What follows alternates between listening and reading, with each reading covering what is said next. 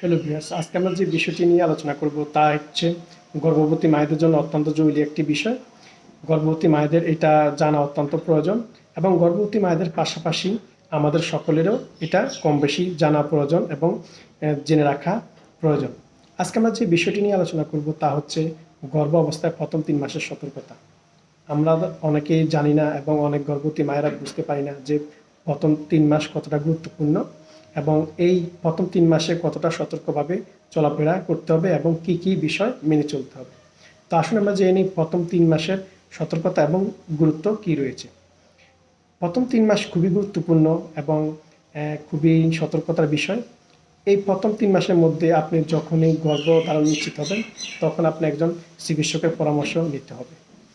প্রথম 3 মাস আপনি কোনো ভারী কাজ থেকে বিরত থাকতে হবে এবং ভারী কোনো জিনিস তোলা থেকে বিরত থাকতে হবে। পুষ্টিকর খাবার এবং শাকসবজি গ্রহণ করতে হবে। ধূমপান এবং মদ্যপান থেকে বিরত থাকতে হবে। পর্যাপ্ত পরিমাণে পানি পান করতে হবে, নিজেকে হাইড্রেট রাখতে হবে। নিয়মিত পর্যাপ্ত পরিমাণে ঘুম এবং বিশ্রাম নিতে হবে। প্রসাধনী বা কেমিক্যালযুক্ত কসমেটিক ব্যবহার কম করতে হবে এবং মানসিক চাপ থেকে নিজেকে বিরত রাখতে হবে।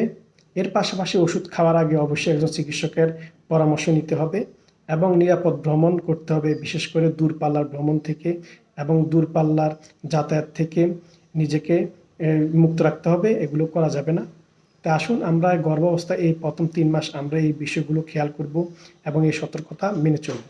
ভিডিওটি ভালো লাগলে লাইক এবং শেয়ার দিয়ে অন্যকে দেখার এবং জানার সুযোগ করে দিবেন। সবাইকে ধন্যবাদ।